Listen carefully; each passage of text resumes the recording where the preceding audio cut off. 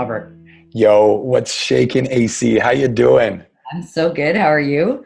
I still do not have a voice. It's been 2 months. I can't seem to get it back. Yeah, like maybe you should just put duct tape on your mouth and write with a Sharpie. I can't talk. Do you think you could do that? Like maybe at least a month? Yeah, I guess and then I could put like a sign on a stick and march in front of City Hall for something, right? Yeah, there you go. That'd be productive. Good use of your time.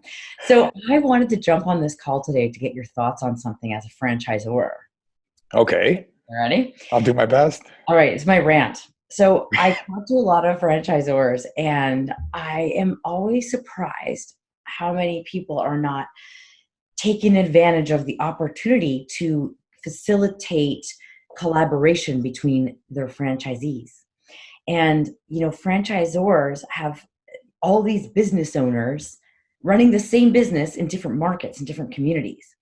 And they could learn so much from each other. And there's some fears around that I've also heard getting them together, which you can speak to if you want as well.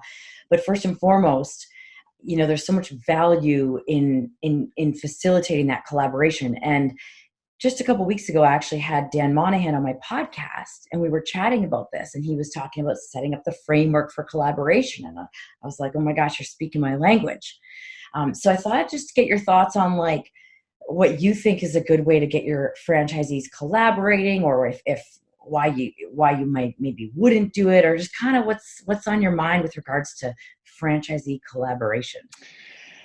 Oh, well, loaded question. How much time do we have? How much voice do you have? Is probably the I best. know, right? I got a whole jug of water here that I'm drinking with the Control V label on That's it. a very nice water bottle. Mm-hmm.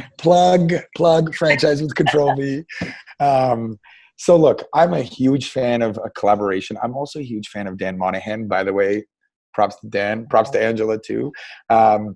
So like, for me, collaboration is a necessity, even if it doesn't work out.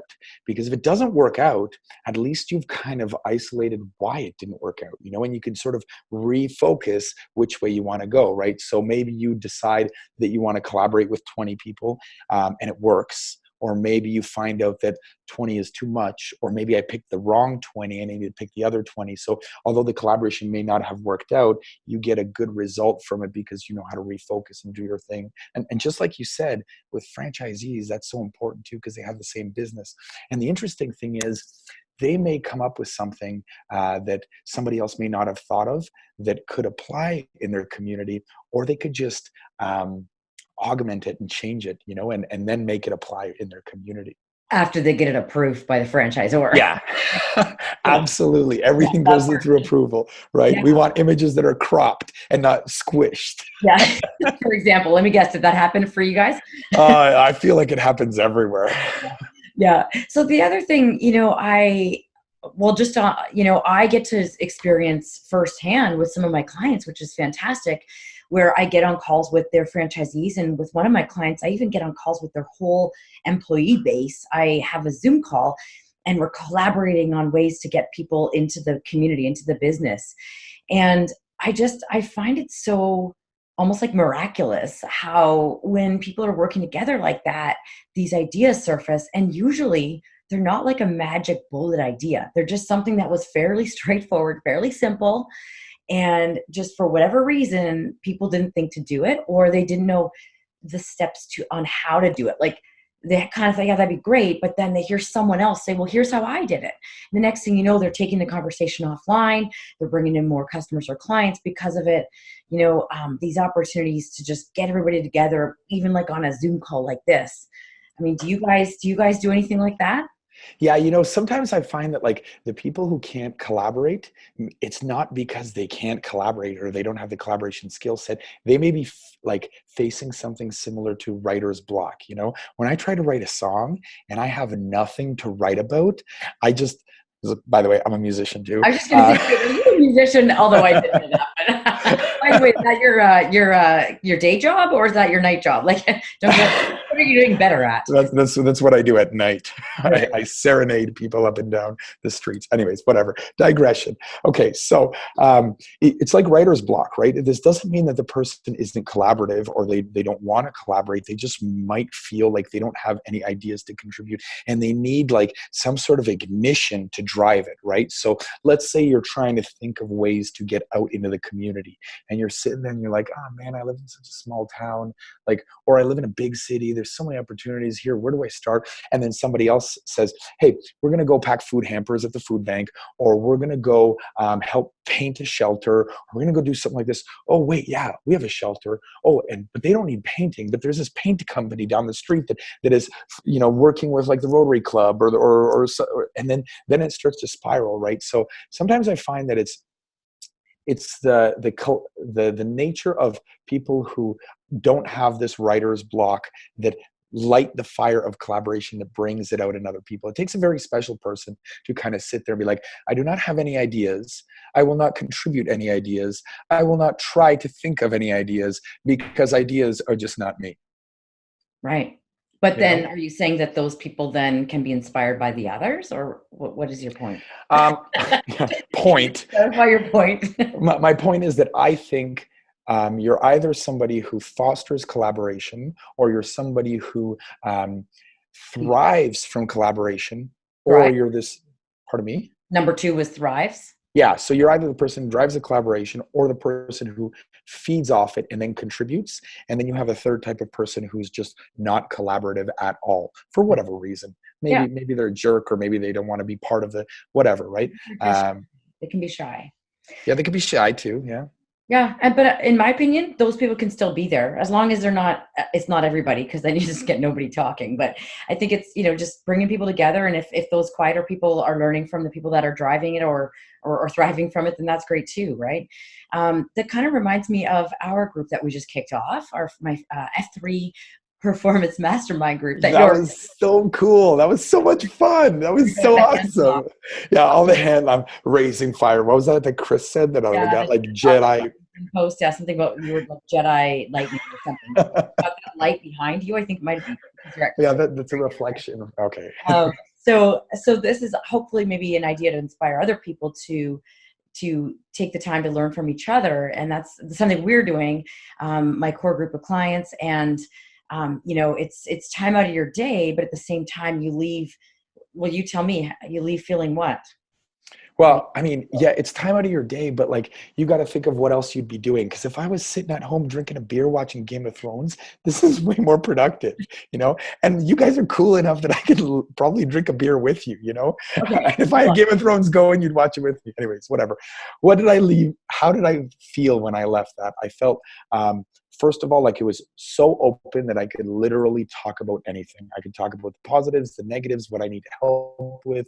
I could give my opinion if people asked for help without thinking like I got too much to say or my opinion's wrong or whatever. So it was very productive. It was very fruitful.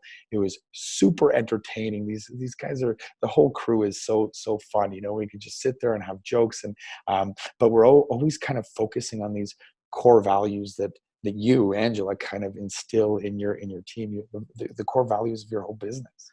Mm-hmm. Fun being one of them for sure. Having fun, because we get more done when we're having fun. Yeah, we do. So yeah, I think that's what I was hoping for, and I mean, it'll hopefully it'll just progress as we go. But I think it really relates to franchisors facilitating those opportunities for their franchisees. So I guess it's like we got to walk the talk, right? So somebody's got to do it, right? Like you need accountability, right? Gino Wickman talks about it in Traction. There's got to be people with accountability that get this thing rolling. Yeah, that's the other piece, right? Accountability, and having to say like whether or not you got done what you said you were going to get done, and that sort of thing. All right, before we jump off, what's one thing you're working on right now that's kind of fun and exciting? My base tan. Out of the 3,000 things that you're doing. Yeah. Okay. So definitely my base tan, because I think we're getting our like final snowstorm and it's going to be beach weather. I got to take out my ripped bod, and it's not going to look good if I look like plain vanilla ice cream, right? Right. Typical Canadian skin. Yeah. Right now, I think one of the biggest prerogatives one of the biggest prerogatives that we're working on as part of Control V is to try to foster and encourage community involvement.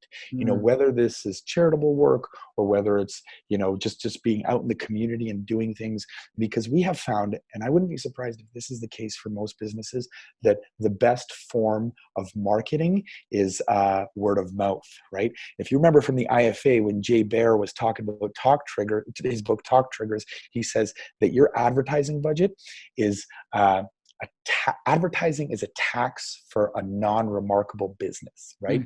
So if you're able to get out there and get into the community and get the word of mouth spreading, whatever it is, whether it's through your contribution or through a talk trigger or whatever, and people start coming in, plus it's good for the soul. You know what I mean? So that's kind of what we're working on right now. And if it's, thank you for, that's for that feedback or input on what you're doing. Because if it's not good for if it's for the person that's doing, if it's not good for their soul, then they probably shouldn't be a franchisee, right? Like being a franchisee in most businesses, like you say, word of mouth is the thing. I could go on for like hours and hours about this topic. It's something that at M&M we did really well. Yeah. Give me some more. I don't think people would listen that long, but why don't we make the topic of one of our next Rob and Ange rants? All right, I dig it. Or is it Ange and Rob rants? It's Ange and Rob rants. Right. Okay, because I'm the boss. Because you're the boss. Did you know that with M&M meat shops, my dad's business, they always fought over who was the first M? Mac and Mark. Oh yeah? Yeah. So who was it? Mac. Well, which one was it? No one knows. You never know. Okay, so Ange and Rob. So who's Ange and who's Rob? Yeah. We don't have to argue about that. I think it's pretty cool. Yeah. Okay.